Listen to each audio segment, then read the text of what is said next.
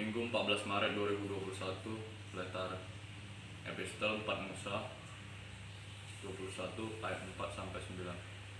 Evangelium Efesus 2 ayat 1 sampai 10. Shalom bagi kita semua. Selamat hari Minggu dan selamat memasuki Minggu Letare dengan tema Kasih Karunia Allah yang menghidupkan. Marilah kita meminta pertolongan Roh Kudus untuk menuntun kita dalam melaksanakan ibadah ini. Untuk memasuki ibadah, marilah kita saat teduh sejenak. Kita bernyanyi dari Kidung Jemaat NKB 3 ayat 1 dan 3. Terpujilah Allah, hikmat-Nya besar.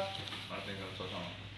Terpujilah Allah, hikmat-Nya besar, begitu kasih-Nya tuh dunia cemar, sehingga diberilah putra-Nya kudus, mengangkat manusia serta menebus. Pujilah, pujilah, buatlah dunia bergemar, bergemar, mendengar suaranya. Dapatkanlah Allah demi putranya, beri puji padanya sebab hikmat-Nya. Bersukacitalah bersama-sama Yerusalem dan bersorak-soraklah karenanya. Hai semua orang yang mencintainya, bergiranglah bersama-sama Dia segirang-girangnya. Hai semua orang yang berkabung karenanya, aku bersukacita ketika dikatakan orang kepadaku, mari kita pergi ke rumah Tuhan. Haleluya, haleluya,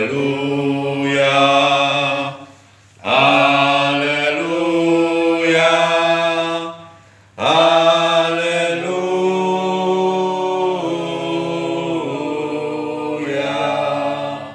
Marilah kita berdoa. Kita kembali bernyanyi dari Kidung Jemaat nomor 362 ayat 1 dan 4. Aku milik-Mu Yesus Tuhan.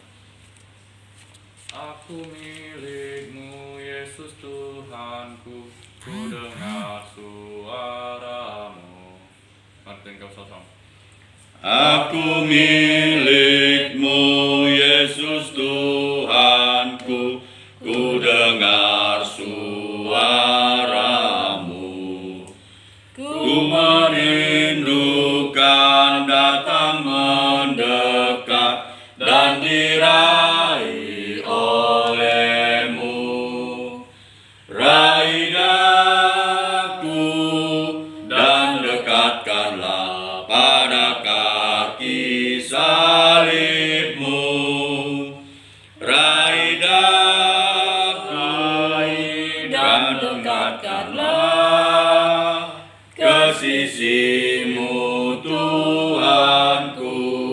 Marilah kita mendengarkan firman Tuhan sebagai pendahuluan khotbah yang tertulis dalam Bilangan 21 ayat 4 sampai 9. Demikian firman Tuhan. Setelah mereka berangkat dari Gunung Hor, berjalan ke arah laut Teberau untuk mengelilingi tanah Edom, maka bangsa itu tidak dapat lagi menahan hati di tengah jalan. Lalu mereka berkata-kata melawan Allah dan Musa, mengapa kamu memimpin kami keluar dari Mesir, supaya kami mati di padang gurun ini? Sebab di sini tidak ada roti dan tidak ada air, dan akan makanan hambar ini ini kami telah muak. Lalu Tuhan menyuruh ular-ular tedung ke antara bangsa itu, yang memagut mereka, sehingga banyak dari orang Israel yang mati. Kemudian datanglah bangsa itu mendapatkan Musa dan berkata, "Kami telah berdosa, sebab kami berkata-kata melawan Tuhan, dan engkau berdoalah kepada Tuhan, supaya dijauhkannya ular-ular ini daripada kami." Lalu Musa berdoa untuk bangsa itu. Maka berfirmanlah Tuhan kepada Musa, "Buatlah ular tedung dan taruhlah itu pada sebuah tiang. Maka setiap orang yang terpagut, jika ia melihatnya, akan tetap hidup." Lalu Musa membuat ular tembaga dan menaruhnya pada sebuah tiang. Maka jika seseorang dipagut ular dan ia memandang kepada ular tembaga itu, tetaplah ia hidup. Demikianlah pembacaan firman Tuhan. Kali bernyanyi dari Kidung Jemaat nomor 383 ayat 1 dan 3. Sungguh indah kabar-Mu, hai percayalah. Artinya sama. Sungguh indah kabar-Mu, hai percayalah. Yesus Kristus tak berubah selama-lamanya. Darahnya tetap menghapus dosa dan celah. Ia hibur yang berduka, puji namanya. Baik kemarin, hari ini, selama-lamanya. Yesus Kristus tak berubah, puji namanya. Puji namanya. Puji namanya. Yesus Kristus tak berubah, puji namanya. Efesus 2 ayat 1-10. Semuanya adalah kasih karunia. Kamu dahulu sudah mati karena pelanggaran-pelanggaran dan dosa-dosamu. Kamu hidup di dalamnya karena kamu mengikuti jalan dunia ini. Karena kamu mentaati penguasa kerajaan angkasa, yaitu roh yang sekarang sedang bekerja di antara orang-orang durhaka. Sebenarnya dahulu kami semua juga terhitung di antara mereka. Ketika kami hidup di dalam hawa nafsu daging dan menuruti kehendak daging dan pikiran kami yang jahat, pada dasarnya kami adalah orang-orang yang harus dimurkai sama seperti mereka yang lain. Tetapi Allah yang kaya dengan rahmat, oleh karena kasih-Nya yang besar yang dilimpahkannya kepada kita, telah menghidupkan kita bersama-sama dengan Kristus. Sekalipun kita telah mati oleh kesalahan-kesalahan kita, oleh kasih karunia kamu diselamatkan. Dan di dalam Kristus Yesus, Ia telah membangkitkan kita juga dan memberikan tempat bersama-sama dengan Dia di surga, supaya pada masa yang akan datang, Ia menunjukkan kepada kita kekayaan kasih karunia-Nya yang melimpah-limpah sesuai dengan kebaikan-Nya terhadap kita dalam Kristus Yesus. Sebab karena kasih karunia, kamu diselamatkan oleh iman. Itu bukan hasil usahamu, tetapi pemberian Allah. Itu bukan hasil pekerjaanmu. Jangan ada orang yang memegahkan diri. Karena kita ini buatan Allah, diciptakan dalam Kristus Yesus untuk melakukan pekerjaan baik yang dipersiapkan Allah sebelumnya. Ia mau supaya kita hidup di dalamnya. Amin. Shalom, Bapak Ibu Saudara-saudari yang terkasih di dalam Kristus Yesus. Nama minggu hari ini Letera, yang berarti bersukacitalah senantiasa. diambil nats dari Efesus 2 ayat 1 sampai 10 dengan tema kasih karunia Allah yang menghidupkan. Bapak, Ibu, saudara-saudari, pernahkah kita melihat bunga hiasan yang dari plastik? Sekilas memang tampak cantik, tetapi jika diperlihatkan lebih dekat, maka kita menyadari bahwa bunga itu palsu. Dan bunga yang mati inilah sebenarnya yang menjadi gambaran keadaan manusia berdosa. Memang secara jasmani manusia itu bernapas, sehat menjalani kehidupannya yang menunjukkan bahwa ia hidup. Namun di hadapan Allah, manusia berdosa yang tanpa Kristus pada hakikatnya adalah mati. Inilah sebenarnya keadaan manusia secara alami, keadaan manusia tanpa Kristus. Tema minggu ini, kasih karunia Allah yang menghidupkan. Kita mau merenungkan mengapa kasih karunia Allah menghidupkan manusia. Ada apa dengan manusia? Melalui nats Efesus 2 ayat 1 sampai 10 ada beberapa hal yang diungkapkan kepada kita. Yang pertama, manusia secara alami. Dapat kita lihat ayat 1 dan 3 pada Efesus 2. Pada ayat pertama dikatakan, kamu dahulu sudah mati karena pelanggaran dan dosa-dosamu. Alkitab menggambarkan bahwa manusia yang hidup tanpa Kristus bukanlah orang yang sehat atau tanpa dosa, atau orang yang sakit atau berdosa tetapi masih memiliki kebaikan. Tetapi sebagai orang yang mati karena pelanggaran dan dosa-dosanya, mati yang dimaksud di sini bukanlah mati secara jasmani, tetapi secara rohani.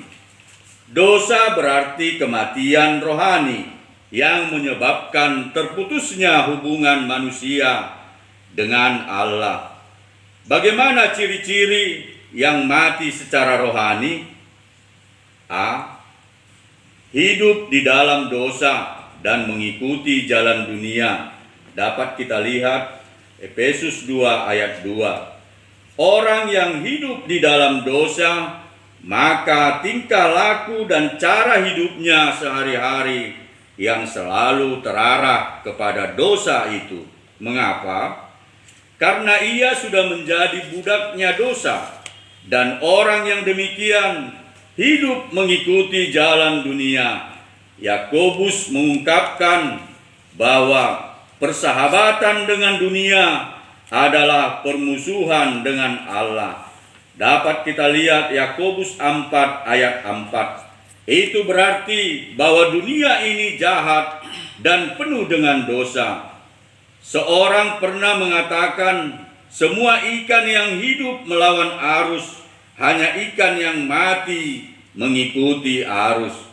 Hal ini menyiratkan bahwa orang yang mati secara rohani akan mengikuti arus dunia yang jahat ini, serta menaati penguasa kerajaan angkasa, yaitu iblis. B.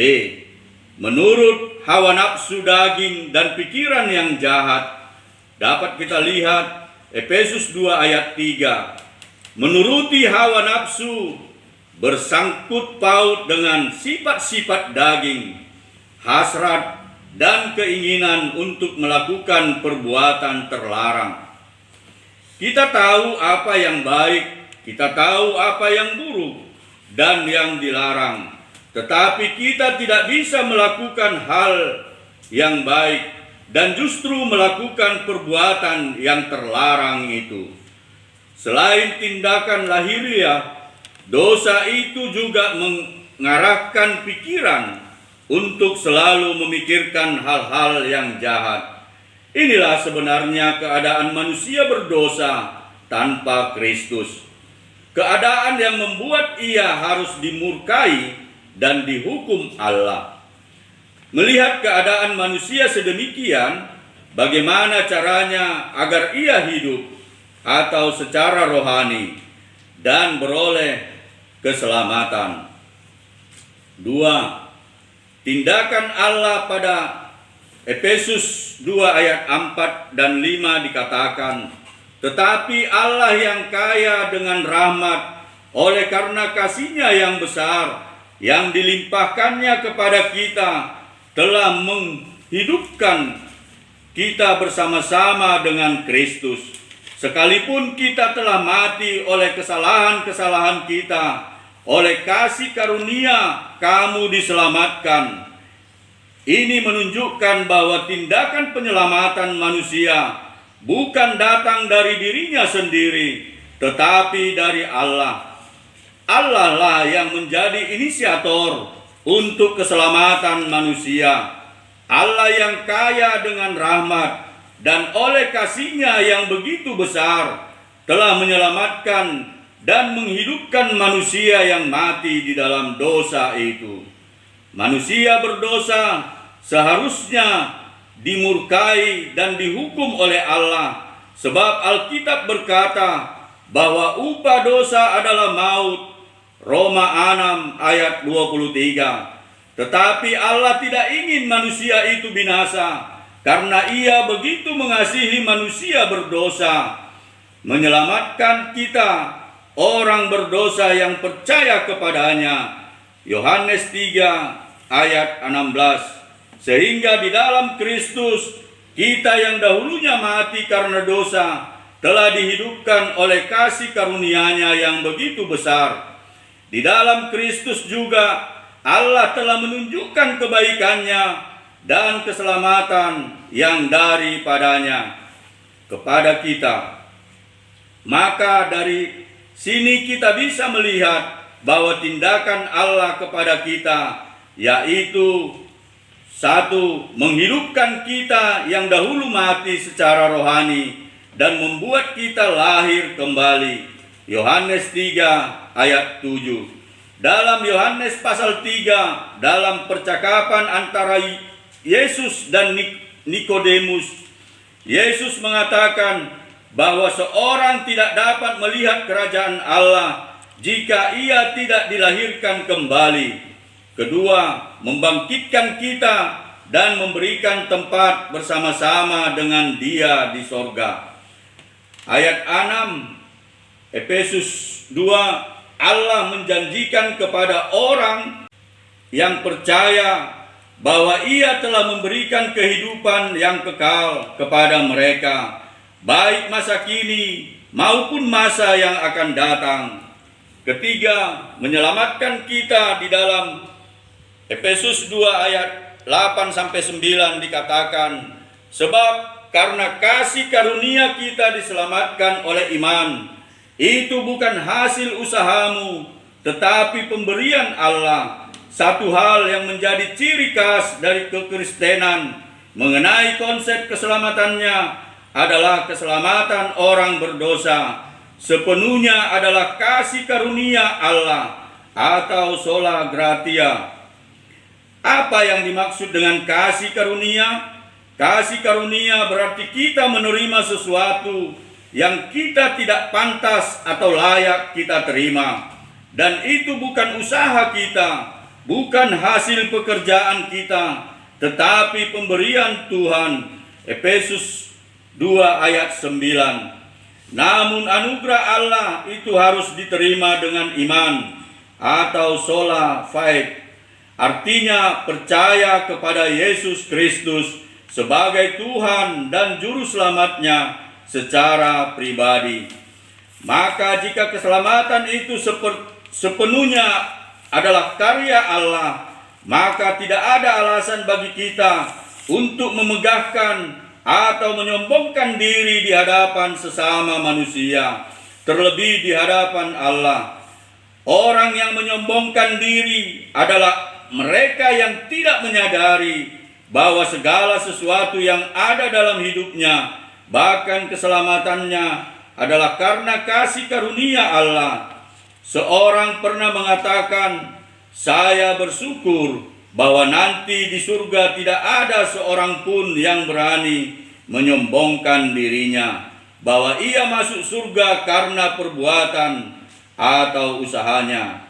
Bapak Ibu, melalui penjelasan ada dua hal penting yang menjadi aplikasi bagi kita. Yang pertama, percayalah kepada Yesus Kristus.